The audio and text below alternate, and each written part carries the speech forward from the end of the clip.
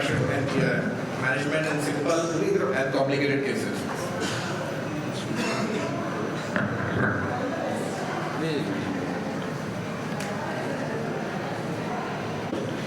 For conceiving this idea of macular surgeries, because macular surgeries are one of the commonest surgeries a VR person does in his day-to-day practice. So basically, three surgeries only we do. One is diabetic, one is macular surgery, one detachment.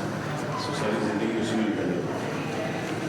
So you see all these four disorders which Vishal has listed. I think one the other operation theatre we do all these things. And the simplest of all, I think Vishal has done to me because of my old age was last time. So, financial disorders. But all these interface disorders are basically anomalies of the thyroid. They are explained basically by partial PVD or anomalous PVD. This classification I listed primarily because everybody should be aware of this IBD classification. You see this GAS gave this classification a long time back, but this is the latest classification. The only reason I listed this classification was in one of the vaccine disorders, macular hole. Large is 400, but in our practice, all holes are extra large. We say XL or XXL. Hardly we get 200, 400 macular holes. We get holes of 1400, 2000 microns. So VMA is a benign kind of disorder. Benign disorder. In fact, I don't know whether it's a disorder or not. It's a normal finding, in fact. Here, there's no pull on the retina. There's hardly any complaint. It's more of an OCT curiosity rather than any disorder. And there's no pull on the retina. Once the retina is not getting pulled, so this three layers, that means the RPE and the photoreceptors don't get pulled up, so the patient does not complain of any metamorphopsia. In VMT, as you see here, the retina is tented up. This also may or may not result in metamorphopsia, but there is a potential that if these layers get pulled up, the patient may have some disturbance in vision. And later on, you may have macular edema or decreased vision also. Often what happens is in VMT, there is always a discrepancy between the OCT finding and what the patient complains. Like this patient, upper left has vision of 6/6. Patient is not aware of this. We made him aware that there is a retina pull. The other patient here on the upper right, smaller, there is a small neurosensory detachment here. So this patient may have acute loss of vision. Here, where all the layers are intact, patient may not. And some patients of VMT, like I said, upper right, may suffer acute visual loss. Various classifications have been given, which I think are totally unnecessarily. These are more for publications than anything else. You see V-shape, J-shape, it does not matter. Once a surgeon is operating, it does not matter whether it is V-shape, J-shape, or focal or broad. It does not make much of a difference from the surgery point of view. The only thing what people can remember from theory point of view, 1500, you have to remember by, if it is less, focal, if it is more, it's a diffuse kind of VMT. What is relevant for me at least, or all the people who operate, is do this VMT required surgery? Can you see if the patient is asymptomatic? This question is relevant when the patient is asymptomatic. Most of these patients of VMT may have occasional metamorphopsia. Patient will say, Dr. Sahab, kabhi-kabhi teda dikhta hai. That's what a frequent complaint. So kabhi-kabhi does not mean that you go inside the eye and operate. They are what I call tolerable metamorphopsia. Once a while he will have.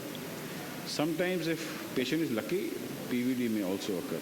Not very common, but it does occur in 5 to 10% of patients of VMT. So this was one lady whom we operated long time back, macular hole surgery.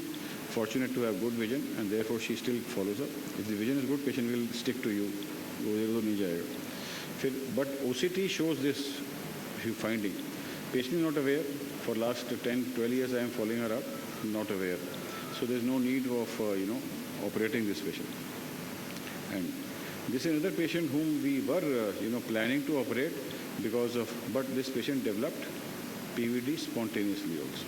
And this patient improved in distance vision as well as near vision. So this spontaneous PVD, as is shown here, may occur or may not occur. So when do we operate this patient of VMT? Only if the patient, believe me, begs for surgery. Patient has to be begging, भाई मेरे को बहुत टेढ़ा मेढ़ा दिखता है.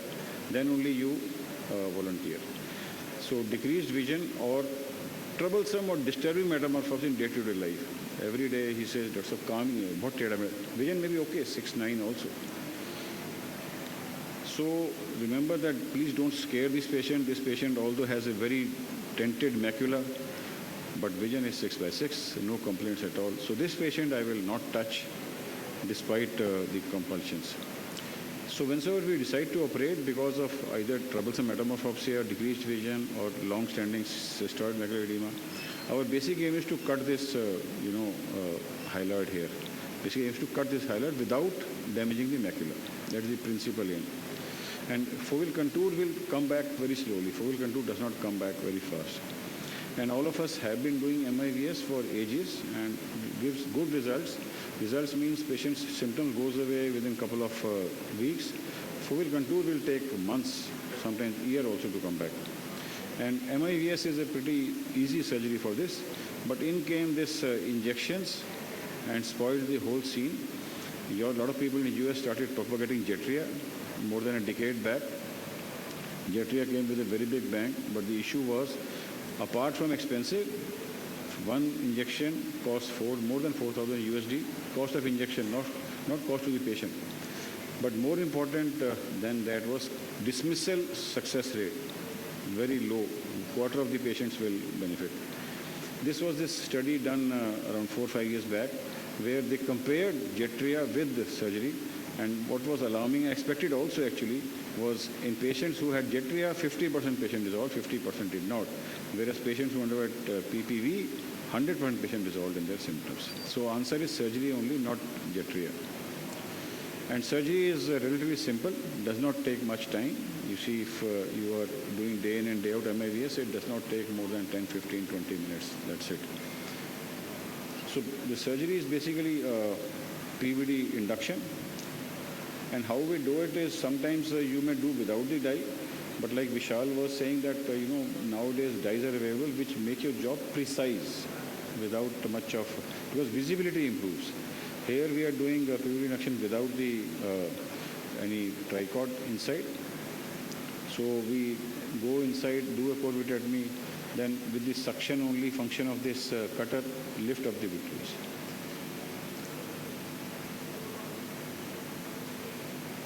Sometimes we'll put this dye tricot, and typically after the corvitectomy, tricot will have two islands, one on the disc, one on the macula.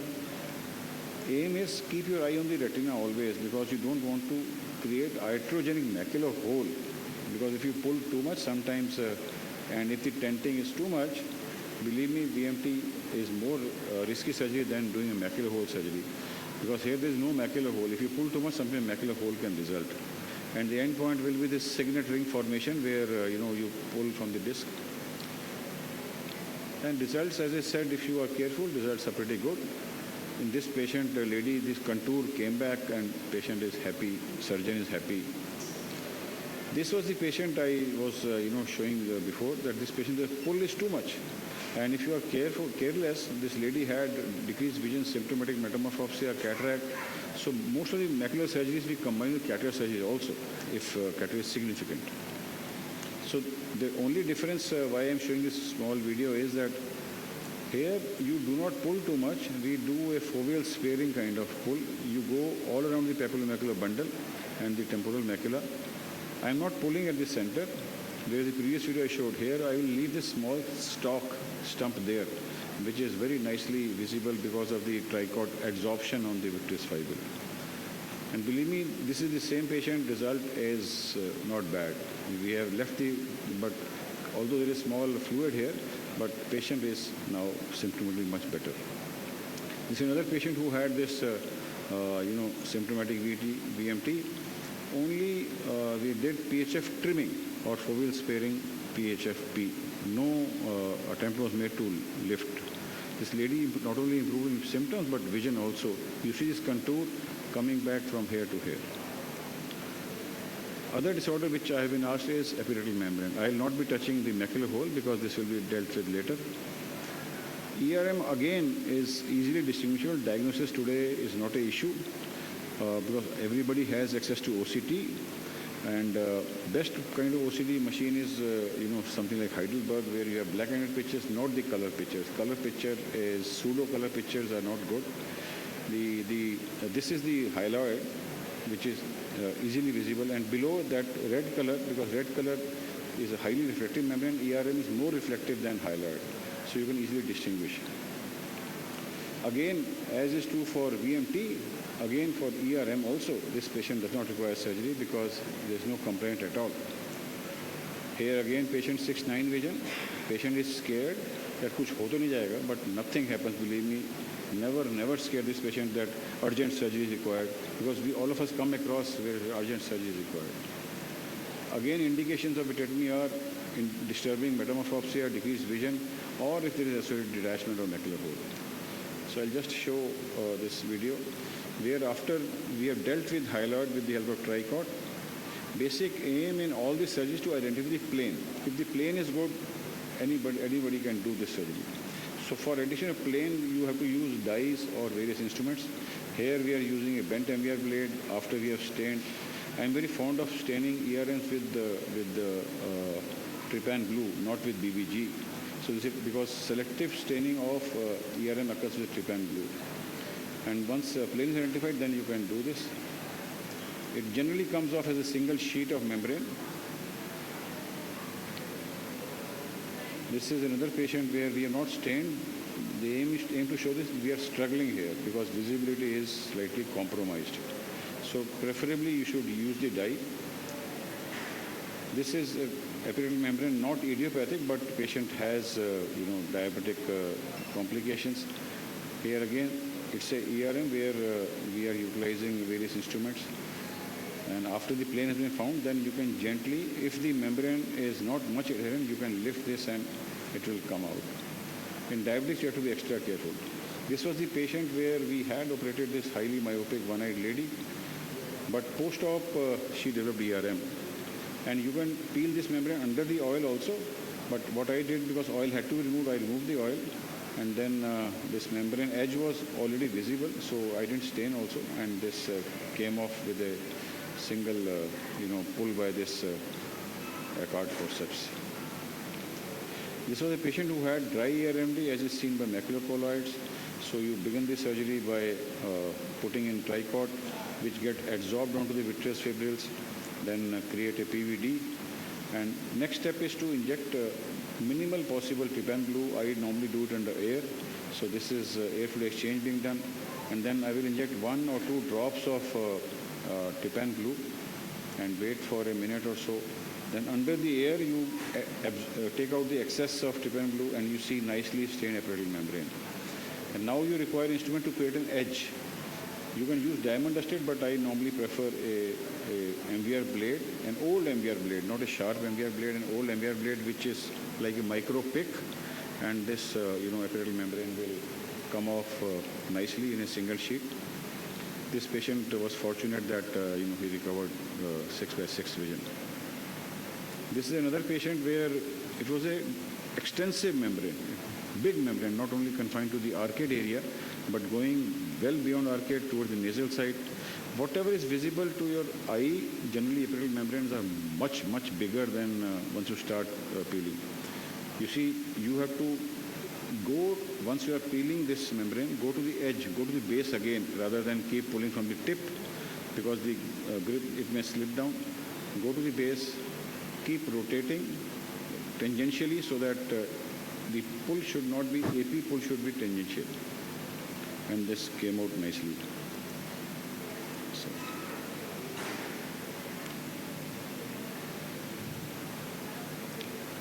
So this was that young patient actually. This is another young patient who has a huge epidural membrane. This patient had a combined RD also.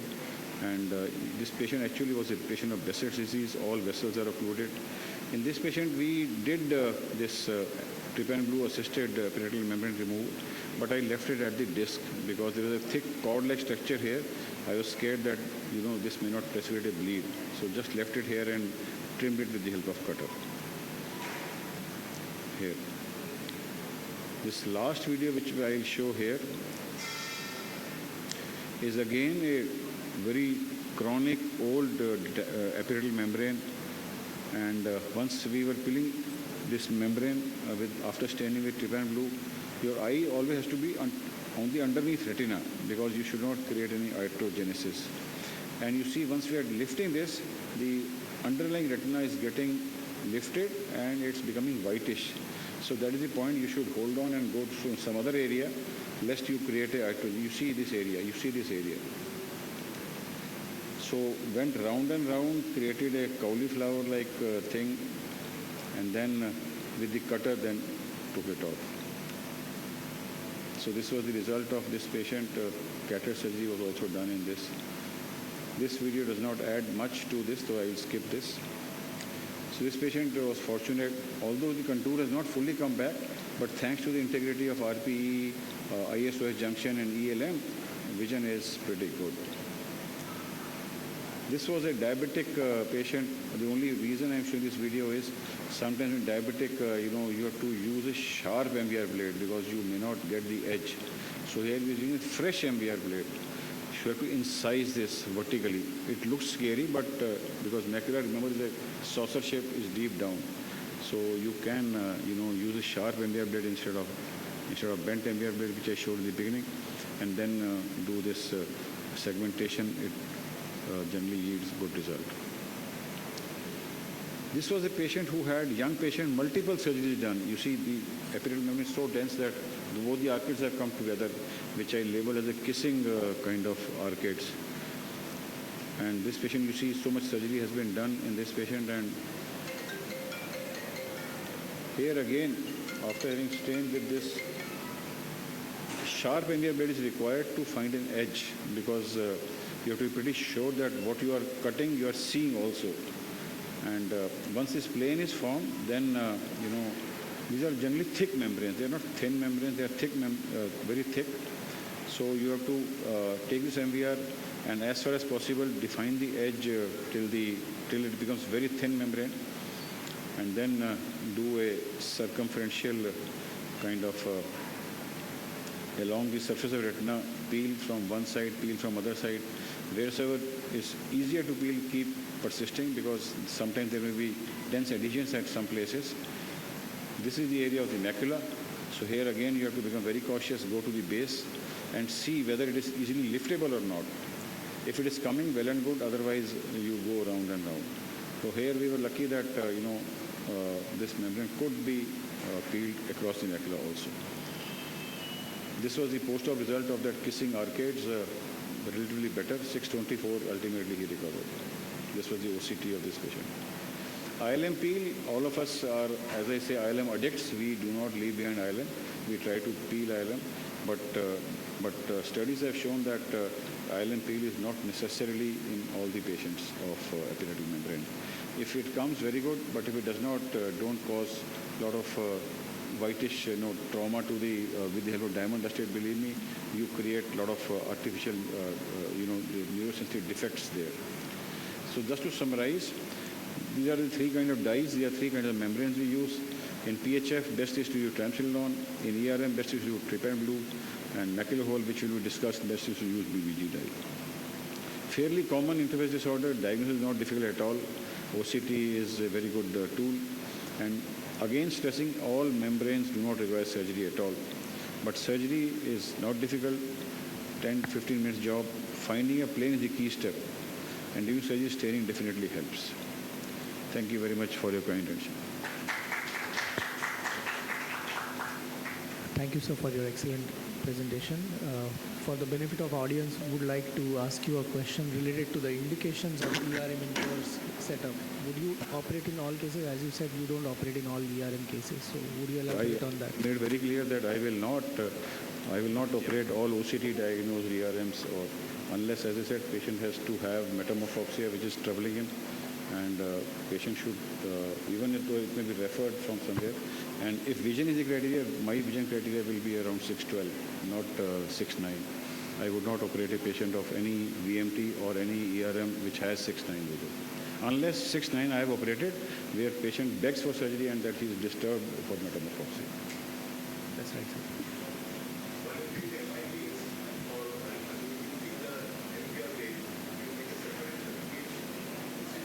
No, 25 gauge MVR blade, 25 gauge MVR blade only. It goes through that port easily. So, but once you have bent it, it still goes there. Once you have, The first video was, old video when we were in RP Center. That was a old video. That time we used to make 20 gauge. So that bent MVR blade, which I showed the first video, that is a very old video. So that you are right, that we had mechanically bent that MVR.